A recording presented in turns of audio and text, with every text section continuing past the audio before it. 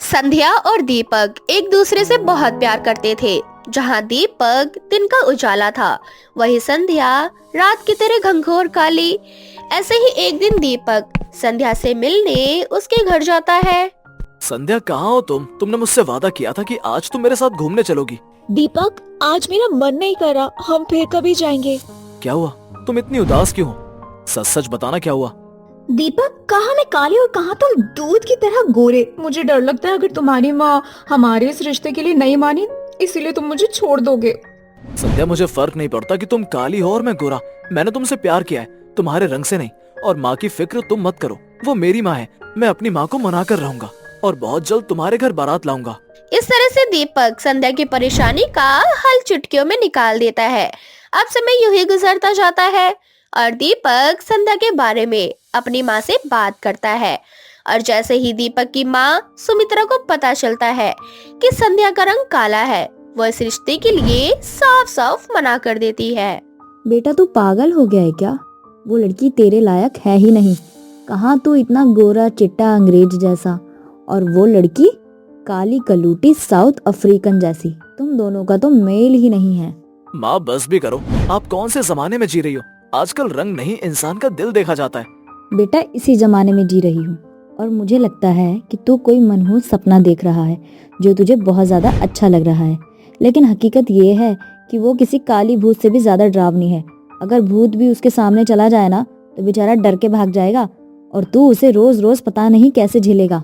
माँ, बस भी करो। मैं संध्या के खिलाफ अब एक लफ्ज नहीं सुनूंगा। इस तरह से दीपक गुस्से में घर से चला जाता है। दीपक का गुस्सा देखकर सुमित्रा डर जाती है। मेरा बेटा उस काली के प्यार में पागल हो चुका है। अगर मैंने इसकी शादी से मना किया तो ये खुद को कुछ कर लेगा। भलाई इसी में है कि मैं इनके रिश्ते के लिए हाँ कर दूं, उसके बाद इन दोनों को अलग कर दूंगी। इस तरह से बहुत सोच विचार करके सुमित्रा इस शादी के लिए हाँ कर देती है। बहुत जल्दी दीपक और संध्या की शादी हो जाती है। दोनों अपनी शादीशुदा जिंदगी में बहुत खुश थे, पर सुमित्रा हर समय संध्या को एहसास कराती कि वो दीपक के काबिल नहीं है। देख रही हो बहू, ये हमारी फैमिली फोटो है और हमारी फैमिली फोटो में देखो सब के सब गोरे हैं। दूर दूर के देशों से मेरे बेटे के लिए रिश्ता आ रहा था। मेरे बेटे को तो बस तू जैसी काली साउथ अफ्रीकन वाली लड़की ही पसंद आई। अपनी सास की ऐसी बातें सुनकर संध्या की आंखों में आंसू आ जाता है और वो कुछ नहीं बोल पाती। अब उसी समय दीपक आ जाता है। अपने बेटे को देखकर सुमित्रा संध्या से अच्छे से बात करने लगती है। अरे बहू, तू तो रोने लग गई। अरे जरूरी थोड़ी है ना कि तू काली है तो तेरा होने वाला बच्चा भी काला पैदा हो। क्या पता बच्चे का रंग बाप के ऊपर चला जाए। क्या हुआ माँ? संध्या रो क्यों रही है? आपने उसे कुछ कहा क्या? बेटा, तू पागल है क्या? अरे मैं क्यों कहूँगी उसे कुछ? वो तो मैं बस फैमिली फोटो दिखा रही थी। फोटो देखते देखते वो रोने लग गई। कहने लगी कि कहीं गोरा खानदान काले खानदान में ना बदल जाए। बेटा, मैं तो बहू को बस समझा रही हूँ, लेकिन वो है कि समझना ही नहीं चाहती। संध्या, मैंने तुम्हें कितनी बार समझाया है, भूल जाओ रंग को, मुझे फर्क नहीं पड़ता। और वैसे भी अगर मेरे काले बच्चे भी होंगे तो भी मैं उन्हें उतना ही प्यार करूंगा जितना एक बाप अपने बच्चों को करता है। दीपक की बातें सुनकर संध्या को बहुत अच्छा लगता है, पर सुमित्रा को जरा भी नहीं। अब इसी तरह से कुछ दिन बीत जाते हैं, पर सुमित्रा की हर कोशिश नाकाम होती है। इतना सब कुछ करने के बाद भी संध्या घर छोड़कर नहीं जाती। क्या करूँ इस कलमुही का? इसे घर से निकालने के लिए कुछ तो करना ही पड़ेगा, लेकिन ये तो चिंबुक की तरह चिपक गई है। सुमित्रा संध्या को घर से निकालने का नया प्लान बनाने लगती है और तभी वहाँ दीपक की बचपन की दोस्त अनोखी आती है। अनोखी को देखकर सुमित्रा के दिमाग में एक नया आइडिया आता है, तो वो अनोखी के साथ मिलकर एक प्लान बनाती है। अच्छा हुआ अनोखी बेटा जो तू यहाँ आ गई। जानती हूँ कि तू मेरे दीपक से बहुत प्यार करती है, पर मैं तुझे क्या बताऊँ, मेरा दीपक फंस गया है। पर मुझे लगता है दीपक भी संध्या से बहुत प्यार करता है। मेरी दीपक से बात हुई थी, उसने मुझे खुद यहाँ बुलाया संध्या से मिलवाने के लिए। तू बिल्कुल सही कह रही है अनोखी, लेकिन मैं तुझे कैसे समझाऊं कि ये लड़की मेरे बेटे के लिए बिल्कुल भी सही नहीं है। मैं चाहती हूँ कि ये लड़की मेरे बेटे की जिंदगी से दूर हो जाए और मेरी घर की बहू तू बन जाए। इस तरह से अनोखी सुमित्रा का साथ देने के लिए तैयार हो जाती है। एक दिन दीपक घर पर होता है और सुमित्रा संध्या को अपने साथ ले जाती है। कुछ देर बाद सुमित्रा संध्या के साथ घर आती है, जहाँ संध्या अनोखी को दीपक की बाहों में देखती है। ये क्या, दीपक की बाहों में अनोखी? माना कि अनोखी दीपक का बचपन का प्यार है, लेकिन दीपक को नहीं भूलना चाहिए कि उसकी शादी हो चुकी है। अब तो बहू समझ गई होगी ना तू कि मैं तुझे दीपक से दूर होने के लिए क्यों कहती थी। दीपक मुझे इतना बड़ा धोखा नहीं दे सकते, मेरे होते हुए वो किसी और के साथ। बहू, बचपन का प्यार होता ही ऐसा है, बाकी तेरी मर्जी है, तू देख ले कि तुझे क्या करना है। अब संध्या अपनी सासों की बातों में आ जाती है और दीपक को छोड़ने का फैसला लेती है। पर जब ये बात दीपक को पता चलती है तो वो संध्या से कहता है, संध्या, तुमने ये फैसला कैसे ले लिया? तुम मुझे छोड़कर कैसे जा सकती हो? तुम जानती हो ना मैं तुम्हारे बिना नहीं जी सकता। ये चीज तो मुझे धोखा देने से पहले सोचना था। माना कि मैं काली हूँ, इसका मतलब ये तो नहीं कि आप मुझे धोखा दे। धोखा? कैसा धोखा? तुम पागल हो गई हो क्या? अब संध्या सारी बात दीपक को बताती है और दीपक समझ जाता है कि ये सारी चाल किसी और की नहीं बल्कि उसकी माँ की ही है। अब दीपक संध्या को विश्वास दिलाता है कि वो जैसा सोच रही है वैसा कुछ नहीं है। संध्या, तुम ऐसी बेवकूफी कैसे कर सकती हो? जानती हो ना माँ हर समय तुम्हें धोखा देती है ताकि तुम मुझे छोड़कर चली जाओ। ये सब माँ की चाल है और कुछ नहीं। पर मैं आपकी बातों पर कैसे विश्वास कर लूं कि धोखा आपने नहीं माँ जी ने दिया है। संध्या दीपक से सवाल कर ही रही होती है। उन दोनों के बीच की लड़ाइयाँ देखकर अनोखी संध्या के सामने आ जाती है और उससे कहती है, दीपक की बात पर विश्वास नहीं करोगी, पर मेरी बात पर तो कर सकती हो ना। दीपक बिल्कुल सच कह रहा है। मैंने आंटी का साथ इसीलिए दिया क्योंकि मुझे लगा था कि दीपक भी मुझसे प्यार करता है। पर तुम दोनों को साथ देखकर मुझे समझ आ गया कि आंटी ने मुझसे झूठ कहा है, इसलिए मैं यहाँ से जा रही हूँ। अपनी सास की सच्चाई पता चलने के बाद संध्या को अपनी गलती का एहसास होता है और वो दीपक से माफी मांगती है और दीपक संध्या के साथ हमेशा के लिए घर छोड़कर चला जाता है, जिसके बाद सुमित्रा को अपनी गलतियों का एहसास होता है। अनुराग की अभी नई नई शादी हुई थी। अनुराग अपनी शादी से बहुत खुश था। आखिर उसे जैसी बीवी चाहिए थी उसे ऐसी बीवी मिली। पर ये क्या, शादी के बाद अनुराग की बीवी नेहा किचन में काम कर रही होती है तो वो पसीने से बिल्कुल डूबी होती है, पर फिर भी उसने अपने सर पर पल्लू रखा हुआ था। ये देख अनुराग नेहा से बोलता है, अरे नेहा, इतनी गर्मी हो रही है, तुम पसीने में डूबी हुई हो, फिर भी सर पर पल्लू रखा हुआ है, हटा क्यों नहीं देती इसे? नहीं नहीं अनुराग जी, ये मेरा ससुराल है और ससुराल में बहुएं बिना पल्लू की नहीं रहती। मैं मैनेज कर लूंगी। आप बस डाइनिंग टेबल पर मेरा और खाने का इंतजार कीजिए। ठीक है, जैसी तुम्हारी मर्जी। इतना बोलकर अनुराग वहाँ से चला जाता है। अब इसी तरह से कुछ दिन बीत जाते हैं, पर नेहा अपने सर से पल्लू गलती से भी नहीं हटने देती। ऐसे ही एक दिन अनुराग नेहा के करीब आने की कोशिश करता है और उसके सर का पल्लू हटाने की भी। अनुराग जी, आप क्या करने जा रहे थे? मेरे माँ बाप ने मुझे ऐसे संस्कार नहीं दिए कि मैं अपने ससुराल में बिना पल्लू के घूमूं। नेहा, तुम कैसी पुराने जमाने की औरतों की तरह बात कर रही हो? जब तुम्हारा पति तुम्हारे साथ है तो तुम्हें सर पर पल्लू रखने की क्या जरूरत है? मेरे होते हुए तुम्हें इस घर में कोई कुछ नहीं कह सकता। मैं हूँ ना तुम्हारे साथ। अनुराग के लाख कोशिशों के बाद भी नेहा अपने सर का पल्लू नहीं हटाती। अब अनुराग नेहा से नाराज हो जाता है और इसी तरह से उन दोनों के बीच अनबन होनी शुरू हो जाती है। ऐसे ही कुछ महीने बीत जाते हैं और एक रात जब नेहा सो रही होती है। कितनी भोली बीवी मिली है मुझे, जो सोते हुए भी सर से पल्लू नहीं हटाती। सर से पसीना टपकता जा रहा है, पर ये नहीं कि सर का पल्लू हटा लूं।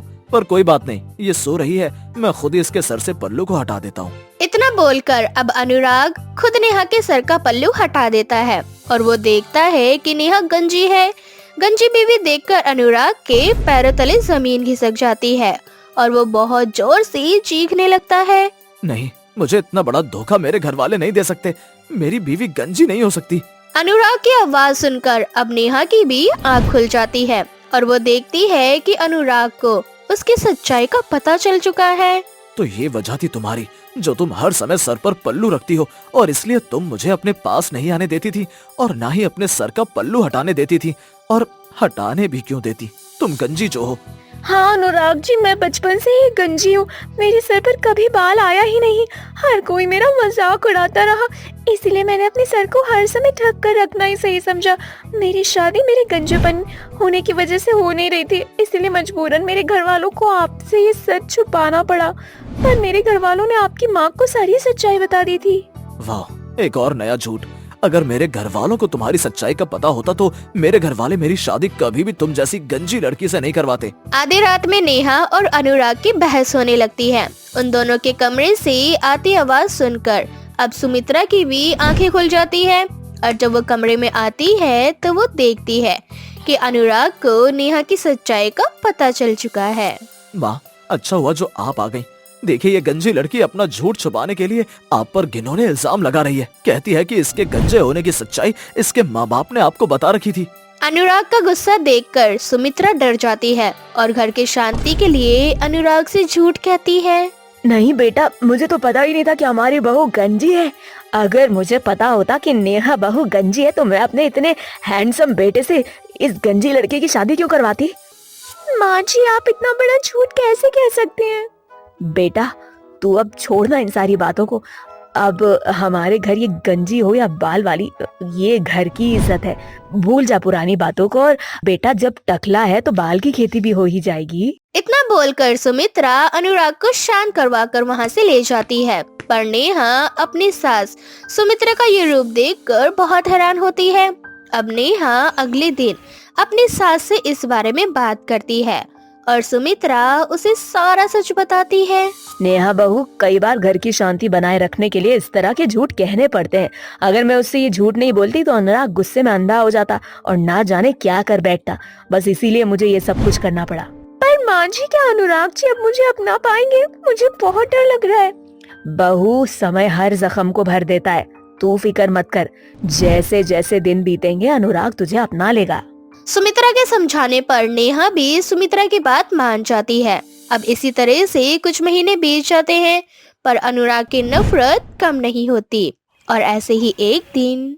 माँ, कहाँ हो आप? देखो, मैं आपके लिए नई बहू लेकर आया हूँ जिसके टकले पर आपकी उस गंजी बहू से ज्यादा बाल हैं। आपने तो उसे घर से नहीं निकाला, पर मैं अपने लिए अपनी पसंद की लड़की जरूर ले आया। आपने दूसरी शादी कर ली? पर क्यों? एक बार मेरे बारे में तो सोच लिया होता। आप पहले से ही शादीशुदा हैं। मैं आपकी बीवी हूँ और आपने किसी और से शादी कर ली, वो भी सिर्फ इसलिए क्योंकि मैं गंजी हूँ। तुम मुझसे ये सवाल ना ही करो तो तुम्हारे लिए अच्छा होगा, टकली कहीं की। वैसे भी मैं तुम्हारी तरह धोखेबाज नहीं हूँ। मैं जो करता हूँ डंके की चोट पर करता हूँ। अब जाओ, जाकर मेरी बीवी का गृह प्रवेश करवाओ। और डार्लिंग, ये है तुम्हारी गंजी सौतन। अब बेचारी नेहा रोते हुए किचन में जाती है और अपने पति की लाई हुई अपने लिए सौतन का गृह प्रवेश करवाने की तैयारियां करने लगती है। पर ये सब कुछ सुमित्रा को रास नहीं आता और वह अनुराग को एक थप्पड़ लगाते हुए उससे कहती है, मुझे शर्म आती है तुझे अपना बेटा कहते हुए। अरे, तेरी बीवी एक गरीब परिवार से है और एक हादसे में उसके बाल चले गए। उसके सर पर अब कभी बाल नहीं आ सकते। ये बात मुझे बहुत अच्छे से पता थी, पर मैंने तुझसे झूठ ये सोचकर कहा कि शायद समय के साथ तू अपनी बीवी को अपना लेगा। पर तूने क्या किया? तू अपनी गंजी बीवी के लिए सौतन ले आया। बेबी, तुम्हारी माँ कितनी बुरी है, तुम्हारा बिल्कुल भी नहीं सोचती। तुम फिक्र मत करो, अब मैं आ गई हूँ, मैं तुम्हारा ख्याल रखूंगी। इस घर से कहीं नहीं जाऊंगी मैं। इतना बोलकर नेहा की सौतन घर में आ जाती है। पर समय के साथ अनुराग को अपनी गलती का पछतावा होता है। तो वहीं दूसरी ओर अनुराग की दूसरी बीवी कोई काम नहीं करती और न ही अनुराग पर ध्यान देती। तो वहीं नेहा इतना अत्याचार सहने के बाद भी अनुराग का ख्याल रखती है। ये देखकर अनुराग को अपनी गलती का अफसोस होता है और अनुराग की दूसरी बीवी मौका देखकर एक दिन घर छोड़कर भाग जाती है। जिसके बाद अनुराग अपनी पहली बीवी नेहा से माफी मांगता है और अपनी जिंदगी की एक नई शुरुआत करता है। चंदन एक सरकारी हॉस्पिटल में एक वॉचमैन की नौकरी करता था। अक्सर उसकी ड्यूटी पोस्टमार्टम के बाहर रहने की होती थी। ऐसे ही एक दिन चंदन आधी रात को अपने बेटे को फोन करता है और घबराते हुए अपने बेटे आनंद से बोलता है, अनुज बेटा, तू जल्दी से हॉस्पिटल आ जा। मैं एक बहुत बड़ी मुसीबत में हूँ। यहाँ कुछ गड़बड़ हो रही है। आप फिक्र मत करो पापा, मैं बस 10 मिनट में आपके पास पहुँच रहा हूँ। आप बस अपना ख्याल रखना। अब आनंद फोन रखकर अपने पापा को लेने जाने के लिए तैयार होने लगता है। तभी उसकी माँ उठती है और आनंद से बोलती है, क्या हुआ बेटा? तू इतना घबराया हुआ कहाँ जा रहा है? और इतनी रात को तू कहाँ जाने की तैयारी कर रहा है? माँ, पापा बहुत बड़ी मुसीबत में हैं। अभी अभी पापा का फोन आया था, उन्होंने बताया मुझे वो बहुत परेशानी में लग रहे थे। मुझे जल्द से जल्द पापा को लेने जाना होगा। अगर ऐसी बात है बेटा तो तू जल्दी आ। अब तो मुझे भी बहुत चिंता हो रही है। अब आनंद अपने पिता को लेने हॉस्पिटल जाता है और पोस्टमार्टम रूम के बाहर पहुंचता है, जहां वो अपने पिता की लाश को देखता है। अपने पिता को जमीन पर पड़ा हुआ देखकर आनंद बहुत ज्यादा घबरा जाता है और अपने पिता को उठाते हुए बोलता है, पापा उठो, देखो मैं आ गया हूँ। आपका आनंद आपको लेने आ गया है। आप मुझे बताइए क्या हुआ, आप इतने परेशान क्यों थे? आनंद अपने पिता को काफी बार उठाने की कोशिश करता है, परंतु उसके पिता की बॉडी में कोई हलचल नहीं होती। जिसके बाद आनंद अपना कान अपने पिता के सीने पर रखता है और उनकी धड़कन सुनता है, परंतु उसे अपने पिता की धड़कनों की आवाज नहीं सुनाई देती। जिसके बाद वो हॉस्पिटल के एक डॉक्टर के पास जाता है और अपने पिता का चेकअप करवाता है। चेकअप करने पर आनंद को डॉक्टर से पता चलता है कि उसके पिता अब इस दुनिया में नहीं रहे हैं। जिसके बाद आनंद के पिता का पोस्टमार्टम होता है। पोस्टमार्टम के दौरान रिपोर्ट में कुछ नहीं निकलता।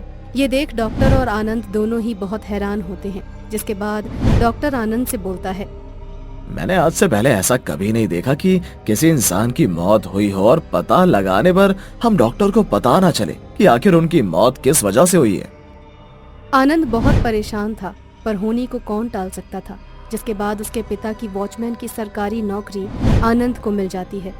अब अपने पिता की जगह आनंद पोस्टमार्टम के रूम के बाहर खड़ा रहने लगता है। वो अक्सर देखा करता था कि एक बाबा और 2 डॉक्टर रात को पोस्टमार्टम रूम के अंदर जाते हैं और नशे में बाहर निकलते हैं। ऐसे ही एक दिन जब आनंद अपनी ड्यूटी कर रहा होता है तो वही बाबा और 2 डॉक्टर हाथों में बोतल लिए पोस्टमार्टम रूम के बाहर आते हैं और आनंद से बोलते हैं, क्या पूरी रात इस रूम से बाहर पहरेदारी करता रहता है? अपने बाप की तरह हमसे हाथ मिला ले, बहुत पैसे मिलेंगे। इस तरह से बोलकर वो दोनों डॉक्टर हंसते हुए वहां से चले जाते हैं। अगली रात फिर से वो दोनों डॉक्टर एक बाबा के साथ पोस्टमार्टम रूम के अंदर आते हैं और आनंद बाहर अपनी चौकीदारी करने लगता है। कुछ देर बाद उसे अंदर से कुछ हलचल महसूस होती है और वो जैसे ही अंदर देखने के लिए जाता है तभी डॉक्टर और बाबा उस कमरे से भाग निकलते हैं और दरवाजा बंद कर देते हैं। जिसके बाद आनंद पोस्टमार्टम रूम के अंदर जाता है। उस रूम में बहुत सारी लाशों को देखता है। कुछ लाशें जमीन पर पड़ी होती हैं और कुछ पोस्टमार्टम का सारा सामान इधर उधर बिखरा होता है। साथ ही वहां पर एक हवन कुंड भी बना हुआ होता है। ये सब कुछ देखकर आनंद बहुत हैरान हो जाता है। तभी एक भूतनी उसकी पीठ पर बैठ जाती है और किसी तरह से आनंद उस चुड़ैल से अपना पीछा छुड़ाता है और भाग जाता है और सारी बात अपनी माँ को बताते हुए बोलता है, माँ, उस हॉस्पिटल में कुछ गड़बड़ है। रूम में भूतों का वास है। मुझे पता करना होगा कि आखिर वहाँ चल क्या रहा है। नहीं बेटा, इतना सब कुछ होने के बाद मैं तुझे उस हॉस्पिटल में बिल्कुल नहीं जाने दूंगी। उस हॉस्पिटल में तेरे पिता की जान गई थी और उनकी जगह अब तू जा रहा है। मुझे बहुत डर लग रहा है, इसीलिए तू मेरी बात मान बेटा और इन सब चीजों से दूर रह। नहीं, उस हॉस्पिटल में मेरे पिता की जान गई है। अब पोस्टमार्टम रिपोर्ट में भी कुछ पता नहीं चल सका। अब मुझे खुद जाकर पता करना होगा कि आखिर पापा की मौत कैसे हुई। पिताजी इतने परेशान क्यों थे और पोस्टमार्टम रूम में इतने सारे भूतों का वास कैसे है? नहीं बेटा, तू उस हॉस्पिटल में अब नहीं जाएगा। अगर तुझे कुछ हो गया तो। माँ, मैं इस बार सेफ्टी के साथ जाऊंगा। आप किसी बाबा से बात करके मेरे लिए किसी प्रकार का ताबीज बनवा दीजिए। आनंद की माँ ऐसा ही करती है और तुरंत अपने गांव के एक पंडित के पास जाती है और सारी बात उसे बताती है। जिसके बाद पंडित एक ताबीज बनाकर आनंद की माँ को देता है और आनंद की माँ घर आकर ताबीज आनंद के गले में बांध देती है।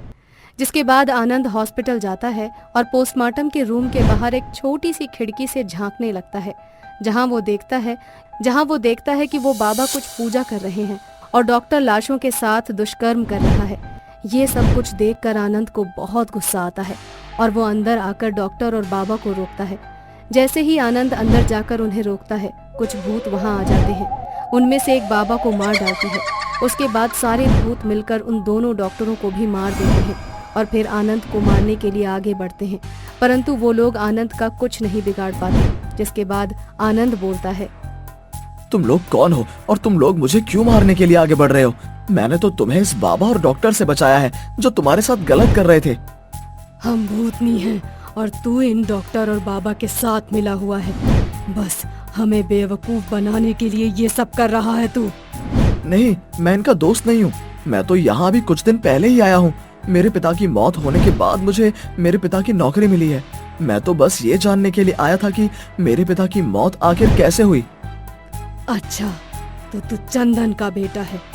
फिर तो तुझे मरना ही होगा, क्योंकि तेरा बाप भी इन दोनों डॉक्टरों और बाबा के साथ मिला हुआ था, जो हमारी लाशों के साथ दुर्व्यवहार करते थे, और ये बाबा हमारी आत्माओं का पोस्टमार्टम करता था। क्या? भूतों का पोस्टमार्टम? फ्लैशबैक। बाबा और 2 डॉक्टर लाश के साथ दुर्व्यवहार कर रहे थे, तो वहीं चंदन नाम का वॉचमैन उन लोगों का साथ दे रहा था। परंतु तभी एक आत्मा उस बाबा के चुंगल से आजाद हो गई और उसने उन सब पर हमला कर दिया। परंतु इस बीच बाबा और वो दोनों डॉक्टर वहां से भाग गए, परंतु चंदन वहीं फंस गया। जिसके बाद उस आत्मा ने चंदन के गले में एक कैंची डाल दी और चंदन की मौत हो गई। चंदन की मौत होने के बाद चुड़ैल ने उसके जख्म को भर दिया, जिस वजह से पोस्टमार्टम की रिपोर्ट में किसी को पता न चल सका कि आखिर उसकी मौत कैसे हुई। फ्लैशबैक से बाहर। तेरा बाप एक लालची इंसान था, जो इन लोगों के साथ मिलकर काम किया करता था और खूब सारे पैसे कमाया करता था। तेरे बाप को पता चल चुका था कि आज उसकी मौत निश्चित है, इसीलिए उसने तुझे फोन किया। आज हम भूतों का बदला पूरा हुआ। अब वो बाबा हम भूतों का पोस्टमार्टम कभी नहीं कर पाएगा और ना ही हमें अपनी कैद में रख पाएगा। इतना बोलकर वहां से सारे भूत गायब हो जाते हैं। ये सच जानकर आनंद के दिल को बहुत ठेस पहुंचती है और वो घर आकर सारी बात अपनी माँ को बताता है, जिसके बाद उसकी माँ उससे बोलती है, अगर ये सब कुछ सच है बेटा, तो उन भूतों ने बहुत अच्छा किया तेरे पिताजी को जो मार दिया। बुरे कर्म करने वालों के साथ हमेशा ही बुरा होता है। मैं तो बस यही चाहती हूँ कि तू अपने बाप की तरह ना बने। अब आनंद अपने पिता की मिली हुई नौकरी को छोड़ देता है और वो कोई दूसरी नौकरी करता है, जिसे वो काफी ईमानदारी के साथ करता है और बहुत जल्दी तरक्की के आसमान को छूने लगता है और अपनी माँ के साथ खुशी खुशी रहने लग जाता है।